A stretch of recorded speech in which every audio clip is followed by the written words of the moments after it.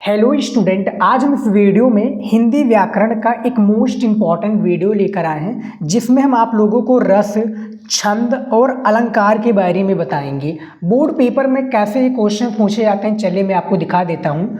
यहाँ पर आप लोग देख सकते हैं लाइव 10 नंबर क्वेश्चन में दिया हुआ है, करुण रस अथवा शांत रस का लक्षण के साथ उदाहरण लिखिए। उपमा अथवा उत्प्रेक्षा अलंकार की परिभाषा उदाहरण सहित लिखिए। चौपाई अथवा कुंडलिया छंद की परिभाषा उदाहरण सहित लिखिए।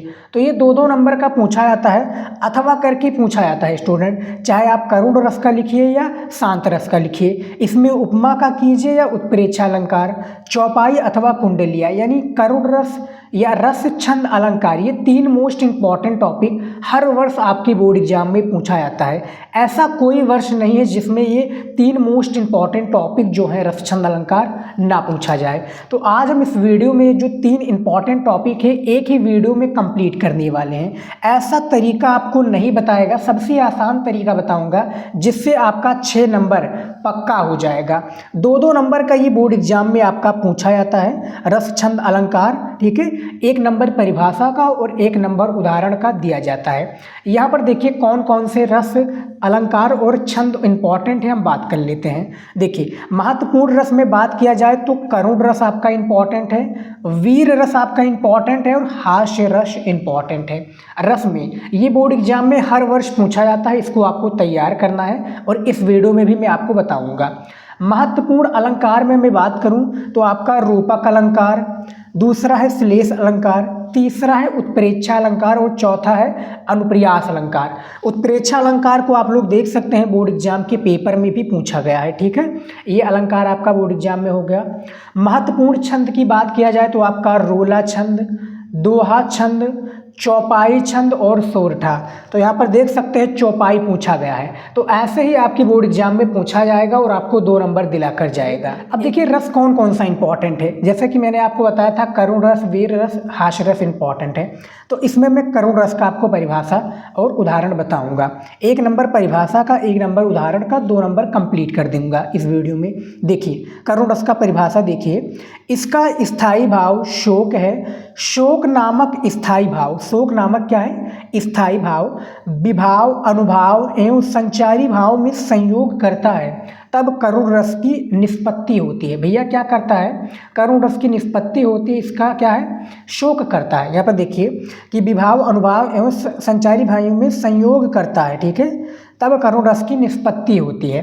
अब यहाँ पर देखिए इसका स्थायी भाव क्या है, शोक है, ठीक है। तो आपको बोर्ड एग्जाम में कैसे लिखना है, देखिए तरीका जो हमारा है कैसे लिखेंगे बोर्ड एग्जाम में, चलिए दिखा देता हूँ आपको। देखिए आपको सबसे पहले करुण रस में इस तरह से लिखना है, ठीक है, कि इसका स्थायी भाव, यहाँ पर देखिए इसका स्थायी, इसका स्थायी भाव, ठीक है। इसका स्थायी भाव क्या है, शोक है, तो हम इस तरह से लिख देंगे शोक, ठीक है, शोक हो गया। अब हम लिखते हैं इसका उदाहरण। देखिए उदाहरण के माने, उदाहरण नहीं लिखेंगे तो रस अधूरा माना जाएगा। तो चलिए देख लेते हैं उदाहरण इसका, इस तरह से हम लिख देंगे उदाहरण, ठीक है। चलिए देखते हैं इसका उदाहरण के बारे में, ठीक है। वीडियो को लास्ट तक देखिएगा, बहुत ही ज़्यादा इंपॉर्टेंट है। मैं इतना इजी आपको बता दूंगा कि आपको याद हो जाएगा। ये जो मैंने करुण रस का परिभाषा बताया है, मैं क्लास 9th में याद किया था और अभी तक मुझको याद है, और यही हर साल बोर्ड एग्जाम में पूछा जाता है, ठीक है। तो एक बार याद कर लोगे तो ज़िंदगी भर के लिए आपका रहेगा। देखिए इसका इस उदाहरण कैसे है कि मणि खोयो, ठीक है, मणि खोयो, मणि खोयो भुजंग सी जननी, भुजंग सी जननी, ठीक है, भुजंग सी, मणि खोयो भुजंग सी जननी, ठीक है। राइटिंग पे मत जाइएगा, मणि खोयो भुजंग सी जननी, फन सा पटक रही थी शीश, फन सा पटक, ठीक है, फन सा पटक रही थी शीश, रही थी शीश, फन सा पटक रही थी शीश, यहाँ तक हो गया। और अंधी आज बनाकर मुझको, यहाँ पर मैं लिख देता हूँ अंधी आज, ठीक है, बनाकर मुझको, यहाँ पर देखिए बनाकर मुझको मुझको, क्या न्याय किया तुमने जगदीश, क्या न्याय किया तुमने जगदीश, ठीक है, तुमने जगदीश, ठीक है। लास्ट में हमारा क्वेश्चन मार्क लगा हुआ है, ये देखिए। तो इसका उदाहरण है कि मणि खोयो भुजंग सी जननी, फंसा पटक रही थी शीश अंधी, आज बनाकर मुझको, क्या न्याय किया तुमने जगदीश। तो ये करुण रस का एक प्रकार से परिभाषा मैंने बता दिया है, इसका उदाहरण बता दिया है। इसका करुण रस का एक और उदाहरण होता है, जता फंक बिन खग अत दीना, फन कविवर कर हीना, और असमम जीवन बंद बिन तो ही, जो जड़ देव ज्यामन मोही। ये भी मैंने क्लास 9th में याद किया था और अभी तक याद है, ठीक है। तो इतना लिख देंगे तो आपका 2 नंबर पक्का हो जाएगा रस में, ठीक है। करुण रस का मैंने बता दिया आपको। अब चलिए देख लेते हैं वीर रस के बारे में। वीर रस का भी बोर्ड एग्जाम में आपका जो है रस पूछा जाता है, ठीक है। वीर रस का भी आपका 2 नंबर में पूछा जाएगा, खासकर अथवा करके पूछा जाता है, ठीक है। तो ये भी अथवा करके पूछा जाएगा। तो चलिए देख लेते हैं इसके बारे में भी, वीर रस का परिभाषा और उदाहरण भी हम देख लेते हैं आपको, और बता देते हैं कैसे क्वेश्चंस आपके बोर्ड एग्जाम में पूछे जाएंगे, ठीक है। ये देखिए इसका परिभाषा कि इसका स्थायी भाव उत्साह है। इसका जो स्थायी भाव क्या है, उत्साह है।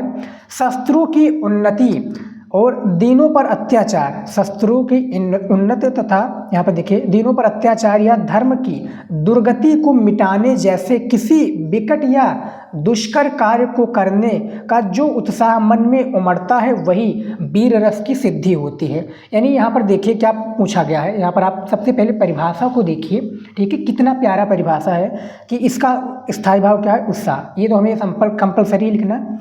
अत्याचार या धर्म की दुर्गति को मिटाने जैसे किसी विकट या दुष्कर कार्य को करने का जो उत्साह मन में उमड़ता है, वही वीर रस की सिद्धि होती है, ठीक है। ये तो आप देख सकते हैं। तो परिभाषा मैंने बता दिया है।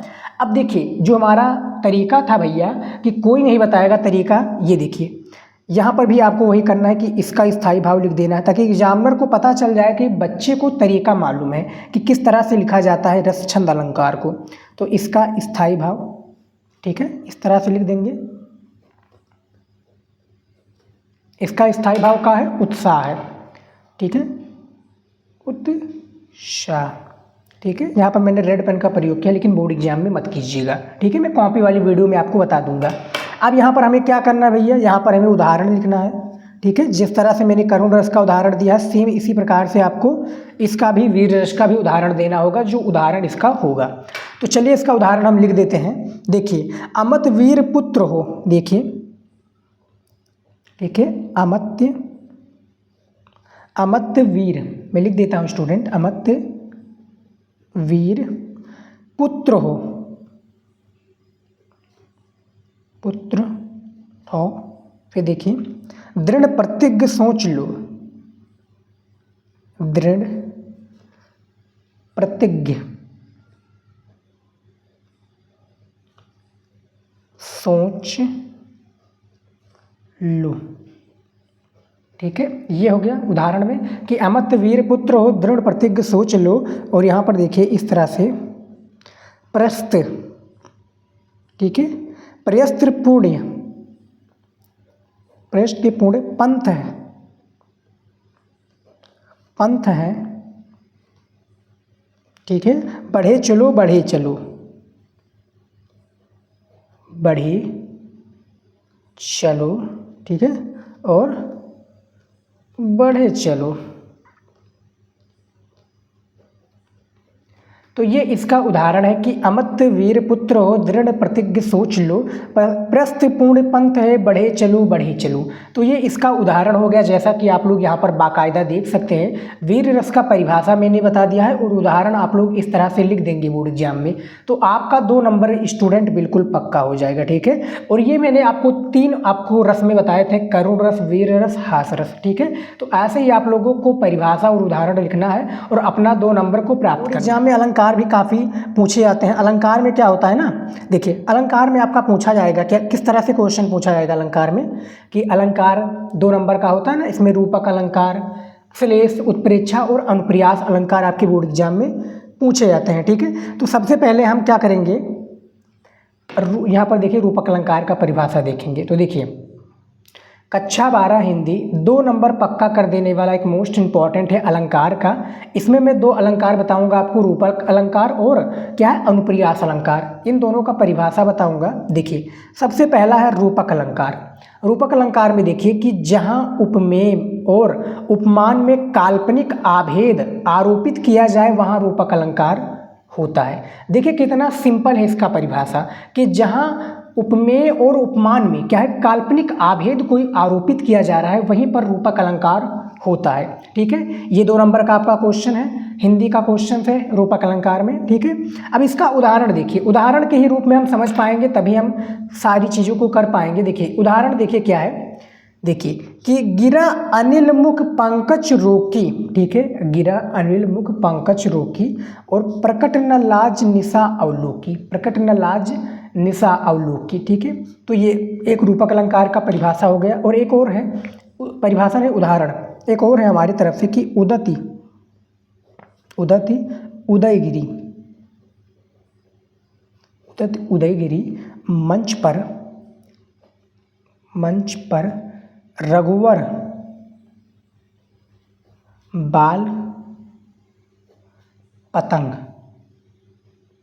ठीक है, उदत उदयगिरी मंच पर रघुवर बाल पतंग और बिकसे संत सरोज सब हर्षे लोचन भृंग। ठीक है, तो उदते उदगरी मंच पर रघुवर बाल पतंग और विकसे संत सरोज सब हर्षे लोचन भृंग, ये भी एक रूपक अलंकार का उदाहरण है। तो 2 उदाहरण है, एक और होता है कि चरण कमल बंदो हर्राई। ठीक है, तो काफ़ी सारे उदाहरण हैं, जो भी आपको अच्छा लगे लिख दीजिएगा। लेकिन रूपक अलंकार का यहाँ पर आप लोग परिभाषा देख सकते हैं कितना प्यारा है और कितना छोटा है, आपको याद हो जाएगा। बहुत ही ईजी है कि जहाँ उपमेय और उपमान में काल्पनिक आभेद है या आरोपित किया जा रहा है वहीं पर रूपक अलंकार होगा। रूपक अलंकार का परिभाषा देख सकते हैं, उदाहरण देख सकते हैं। 2 मैंने आपको उदाहरण बता दिया है। ठीक है, अब चलिए देख लेते हैं अनुप्रियास अलंकार को। ठीक है, अलंकार छोटा छोटा पूछा जाता है। ठीक है, काफ़ी सारे अलंकार पूछे जाते हैं, लेकिन ये 2 मैं इस वीडियो में जो 2 मैं आपको बता रहा हूँ, रूपक अलंकार और अनुप्रियास अलंकार, ये बोर्ड एग्जाम में पूछे जाते हैं। ठीक है, काफ़ी फेमस ये अलंकार हैं। देखिए अनुप्रियास अलंकार का परिभाषा देख लेते हैं। एक ही वर्ण की बार बार क्या है, एक ही वर्ण की स्टूडेंट बार बार आवृत्ति, यहाँ पर देखिए कि एक ही वर्ण यानी कोई भी एक वर्ड है उसकी बार बार आवृत्ति होने पर अनुप्रियास अलंकार होता है। इसको मैं उदाहरण के सहित आपको समझाऊंगा, तब आपको इसका परिभाषा समझ में आएगा अनुप्रियास अलंकार का। तो चलिए उदाहरण में लिखकर दिखा देता हूँ। यहाँ पर मैं लिखूँगा उदाहरण। ठीक है, उदाहरण हो गया यहाँ पर आपको। आप देखिए कैसे लिखना है, उदाहरण देख लेते हैं। देखिए उदाहरण है कि कानन कठिन भयंकर भारी, कानन। ठीक है, यहाँ पर देखिए, ये देखिए कानन कठिन भयंकर भारी। ठीक है, भयंकर भारी और घोर। ठीक है, घोर घाम हिम, और घाम हिम वारी बयारी।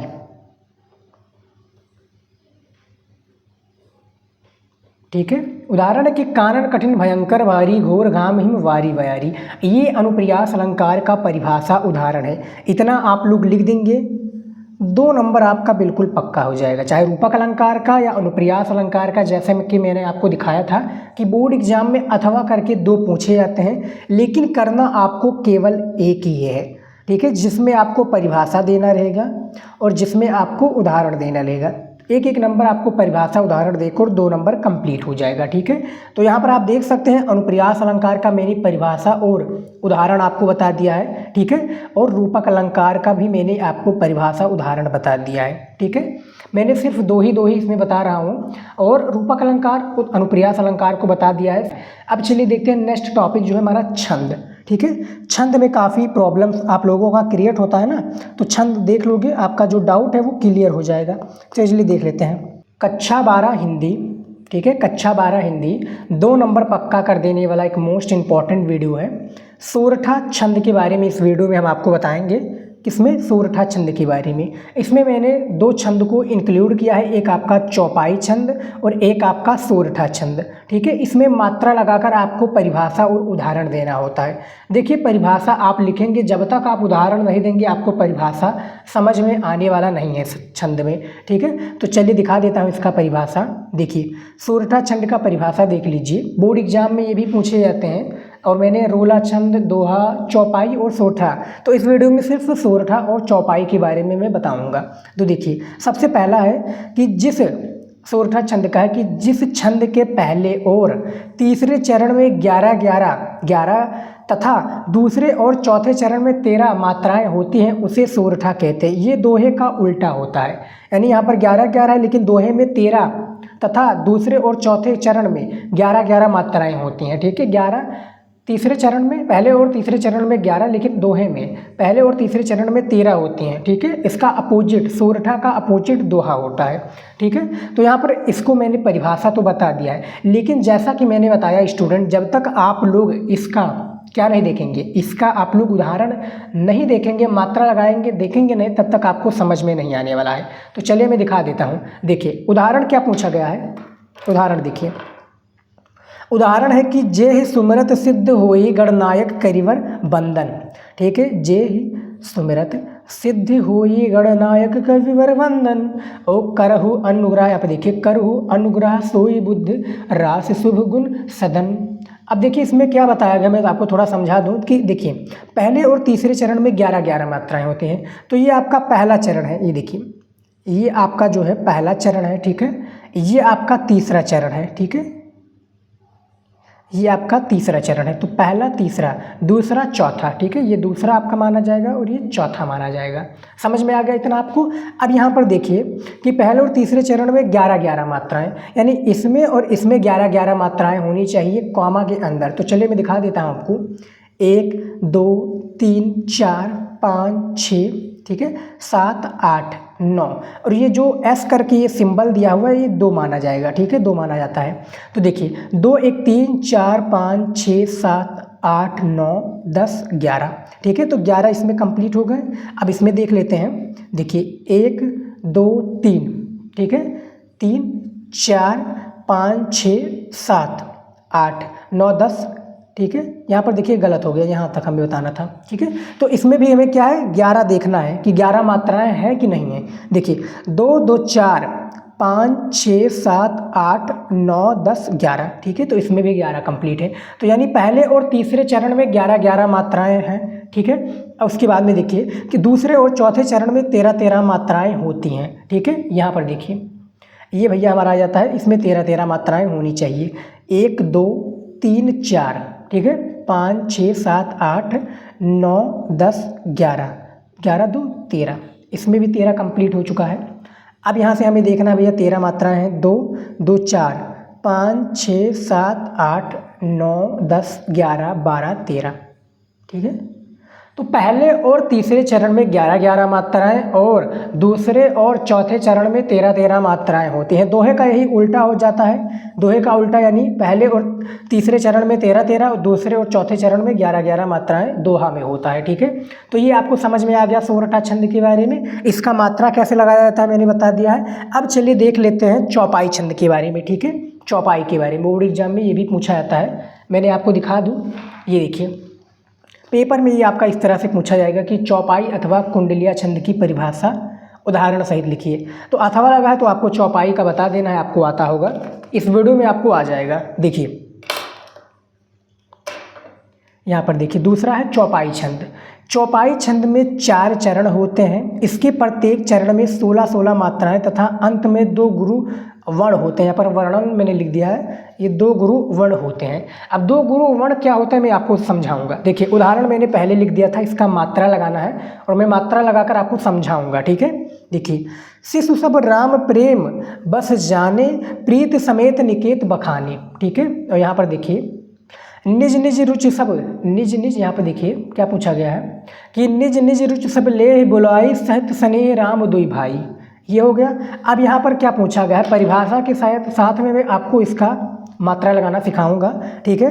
कि क्या पूछा गया है कि 4 चरण होते हैं इसके प्रत्येक, यानी चारों चरण में ये नहीं बताया गया कि इसके पहले तीसरे चरण में इतने मात्राएं होती हैं, इसके सब चरण में 16-16 मात्राएं होती हैं। यहाँ तक आप देख सकते हैं, इसमें 16 मात्राएं होनी चाहिए, बस ये बताया गया है। कैसे लगाएंगे चलिए देख लेते हैं। इसका मात्रा में लगा देता हूँ, फिर मैं आपको समझाता हूँ, ठीक है।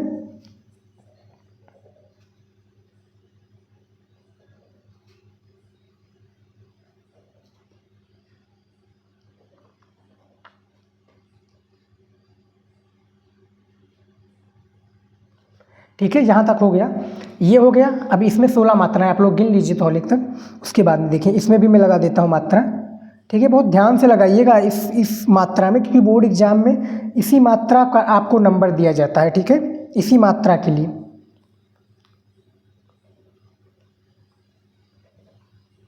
दो गुरु वर्ण यही होते हैं जो मैंने लास्ट में लगाया है ना। अब देखिए इसमें क्या है, यहाँ तक हमें क्या है 16 मात्राएं होनी चाहिए, ठीक है। 16 मात्राएं को मैं देख लेता हूँ स्टूडेंट कि क्या 16 मात्राएं हैं कि नहीं है। देखिए 1 2 3 4 5 6 7 8 9 10 11 12 13 14 15 16, ठीक है। तो इसमें भैया 16 मात्राएं कंप्लीट हो गई हैं। अब इसमें भी देख लेते हैं क्या 16 मात्राएं हैं या नहीं है, ठीक है। तो इसमें भी देखिए 2 2 4 2 6 2 8 2 10 11 12 13 14 15, इसमें तो 15 ही बना।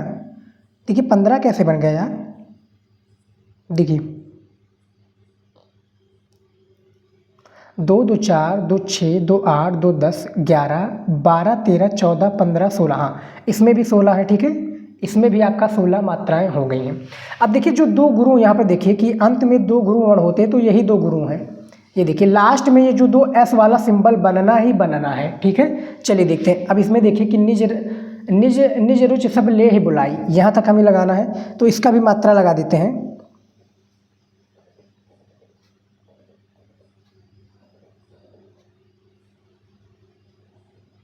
ले ही बुलाई, बुलाई में क्या मात्रा लगेगा, ये हो गया। सहित स्नेह राम दुई भाई, ठीक है भैया, सहित स्नेह राम जी 2 भाई हैं, सहित स्नेह राम, राम 2 भाई, राम पर भी आपका मात्रा लगेगा 2 भाई, अंत में 2 गुरु वर्ण, ये लगना कंपलसरी है, ठीक है। अब देखिए इसमें भी देख लेते हैं क्या भैया 16 मात्राएं यहाँ तक आती हैं या नहीं आती हैं, ठीक है। तो 1 2 3 4 5 6 7 8 9 10, ठीक है। 10 2 12 2 14 2 16, ठीक है। 16 मात्राएं भी इसमें हैं। अब इसमें भी देख लेते हैं क्या 16 मात्राएं हैं या नहीं है। 1 2 3 4 5 6 7 8 9 10 11 12 13 14 15 16, तो भैया 16 मात्राएं इसके हर एक चरण में होता है, मैंने आपको बता दिया है, ठीक है। यहाँ पर आप लोग देख सकते हैं, मात्रा आप लगाइएगा, ध्यान से लगाइएगा। देखिए इसमें राम, ठीक है, राम इसमें 2 हैं, ठीक है। तो जहाँ पर देखें कि मात्रा लगा तो आपको एस वाला सिंबल लगाना है, जहाँ पर सिर्फ अकेला है तो वहाँ पर आपको ये वाला लगाना है। जहाँ पर लगे कि 2 है, जैसे बुलाई में देख सकते हैं इसमें 2 है, फिर ये देखिए ई में भी मात्रा, ई बड़ी ई की मात्रा लगा है ना, तो इसमें भी 2 है। तो इस तरह से आपको मात्रा लगाना है, ठीक है। चौपाई छंद में भी आप लोग देख सकते हैं किस तरह से मैंने इसका परिभाषा दिया है। चौपाई यानी छंद में बेसिकली यही होता है कि उदाहरण के सहित आपको परिभाषा देना पड़ेगा, ठीक है। परिभाषा आप दे दीजिए, फिर उसका उदाहरण उसी तरीके से लगाएंगे, तब उदाहरण और परिभाषा का कॉम्बिनेशन मैच करेगा, ठीक है। तो यहाँ पर आप लोग देख सकते हैं जो हमारा था रस छंद, देखिए चौपाई यानी छंद मैंने बता दिया है, रस बता दिया है, अलंकार बता दिया है और रस बता दिया है।